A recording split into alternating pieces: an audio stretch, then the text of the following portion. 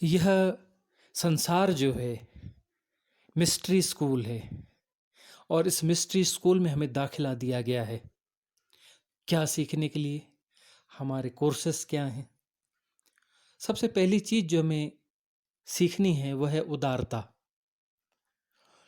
उदारता यानी एक समदृष्टि, समभाव, सबके प्रति समदृष्टि और समभाव। किसी व्यक्ति के प्रति जब हम काफ़ी नेगेटिव हो जाते हैं, उस स्थिति में हमें उसकी जगह पर खुद को रख के देखना चाहिए। जब खुद को रख के देखेंगे तब हम कैसा रिएक्ट करेंगे उस भाव दशा के लिए, इसे उदारता कहा जाता है। यह उदारता का भाव, उदात्त भाव, यह सीखने के लिए हम इस मिस्ट्री स्कूल में दाखिल हुए हैं जिसे हम संसार कहते हैं। प्रेम, करुणा, ये सब इसी उदारता से ही निकलते हैं। गौर से देखें आप तो, यदि उस व्यक्ति की जगह आप अपने आप को रखते हैं तो आप जो है उसके प्रति करुणावान होंगे, प्रेमपूर्ण होंगे, सहज होंगे। उसकी परिस्थितियों के प्रति आपकी दृष्टि जो है सहृदय होगी। सहृदयता पूर्वक आप उसकी परिस्थितियों पर विचार करेंगे।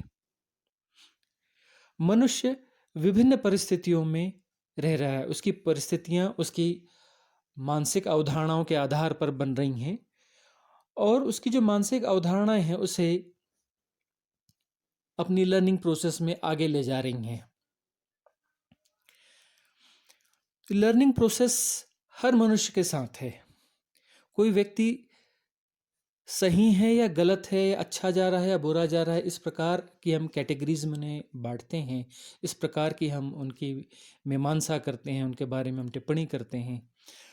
तो यह हमारे अपने दृष्टिकोण हैं, जबकि वह व्यक्ति जो है वो अपनी लर्निंग प्रोसेस में है और वह लर्निंग प्रोसेस उसकी धीमी है या तेज है या इस तरफ से जा रही है या उस तरफ से जा रही है, इस बारे में हम कोई कयास नहीं लगा सकते, क्योंकि यह मिस्ट्री स्कूल बहुत बड़ा मिस्ट्री स्कूल है और इस मिस्ट्री स्कूल की एक कक्षा में सिर्फ एक ही विद्यार्थी होता है। इसमें एक कक्षा में बहुत सारे विद्यार्थी नहीं होते हैं। इस मिस्ट्री स्कूल की हर कक्षा में एक ही विद्यार्थी होता है और हर व्यक्ति अपनी कक्षा का इकलौता विद्यार्थी है।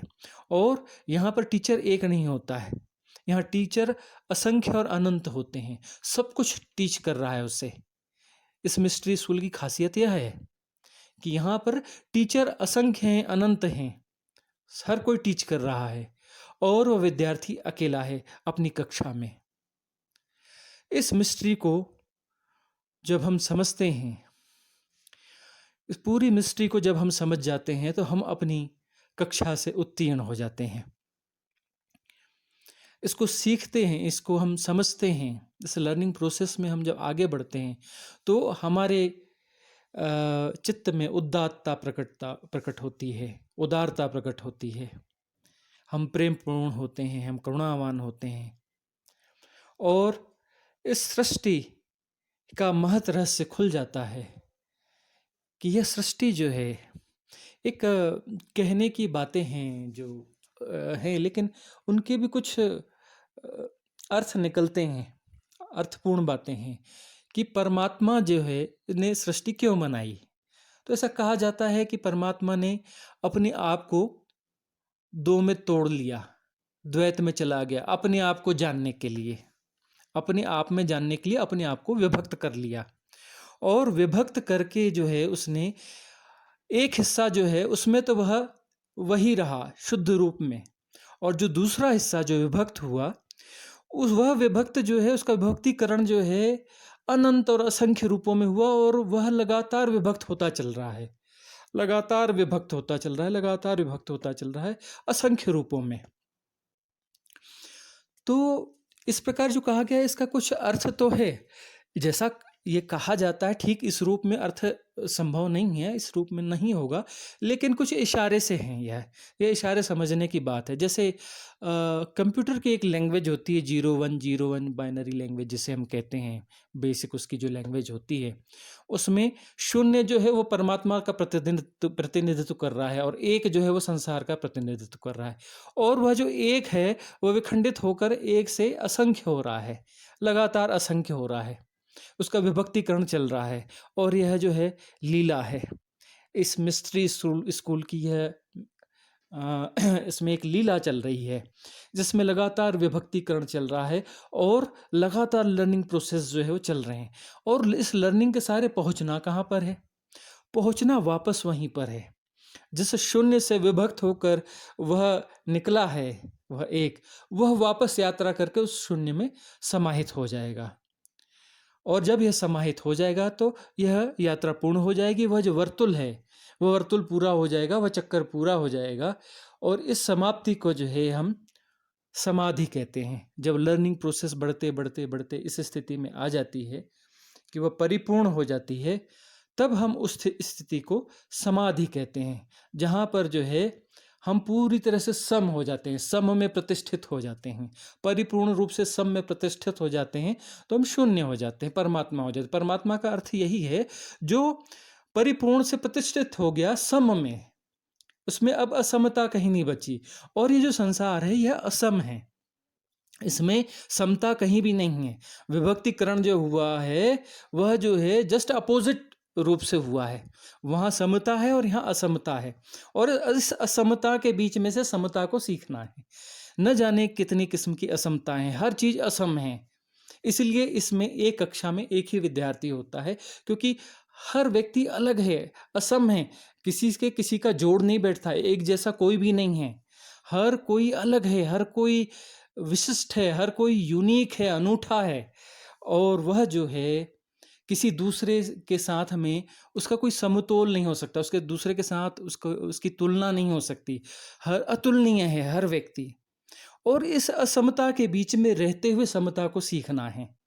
यही यही मिस्ट्री है कि इस हर छोर पर असमता, हर पग पर असमता, तरह तरह की असमता, इन असमताओं के बीच में समता को सीखना है। तो जो समता को जो सीखेगा वस्तु तो वह सीखा हुआ ही है। वह जो है एक और शून्य अलग अलग नहीं है, वो आपस में जुड़े हुए हैं। एक से ही वह निःसृत हुआ है, निःसृत होने के बावजूद वह वही है। सृष्टा स्वयं सृष्ट हुआ है, सृष्टा ने सृष्टि बनाई नहीं है, सृष्टा स्वयं सृष्ट हुआ है। हमें लगता है कि कोई भगवान है, कोई परमात्मा है और उसने सृष्टि बनाई है। उसने ये सृष्टि क्यों बनाई? यह अभी पहले यह बात आई भी हमारी चर्चा में। तो परमात्मा ने कोई सृष्टि बनाई नहीं है, वह स्वयं सृष्ट हुआ है। जबकि वह असीम था, निराकार है, वह असीम है, निराकार है, अनंत है, निर्गुण है। तो वह निर्गुण जो है सगुण रूप में स्वयं ही अपने आप को वह निर्मित कर रहा है। कर लिया नहीं, निर्मित करके अलग हो गया ऐसा नहीं, लगातार वह अपने आप को विनिर्मित कर रहा है। वह अपने आप को लगातार विनिर्मित कर रहा है, सृष्टा स्वयं सृष्ट हो रहा है। इसको हम वैज्ञानिक भाषा से भी समझ सकते हैं कि जैसे जो है आणविक स्ट्रक्चर है, उस आणविक स्ट्रक्चर में हम देखते हैं कि परमाणु है, उसमें इलेक्ट्रॉन, प्रोटॉन, न्यूट्रॉन, 3 मॉलिक्यूल्स हैं।